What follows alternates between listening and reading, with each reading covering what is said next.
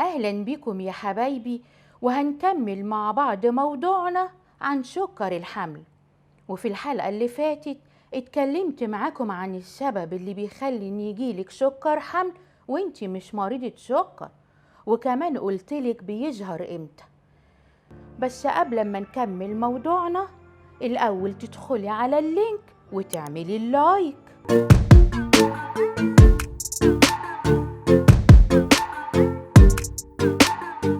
تعالي بقى هقولك ايه المشاكل اللي هتقابلك لو جالك سكر حمل.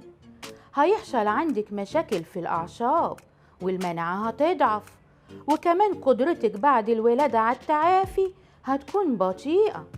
ده غير انها هتأثر على السمع والنظر، وممكن يجي قدم سكري وقصص تانية كتيرة مش عاوزين ندخل فيها.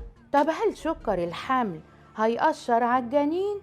طبعا يا بنتي، عشان بيزود حجم الجنين، وبكده يبقى صعب على الأم إنها تولد ولادة طبيعية. وممكن كمان الطفل يدخل الحضانة بعد الولادة بسبب إن السكر بيقل في جسمه، وممكن لا قدر الله يسبب الوفاة.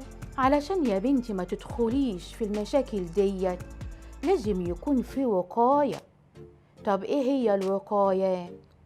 لازم تعملي تحاليل دورية أثناء الحمل، وتمارسي الرياضة عشان تحرقي الجلوكوز، وتظبطي أكلك وشربك، وابعدي يا بنتي عن السكر الصناعي ده خالص. ايه البديل مكانه؟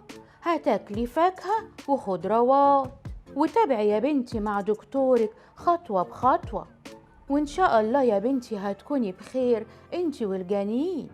يلا هنتظر رسايلكم على صفحة البرنامج، وأنا هرد عليكم على طول.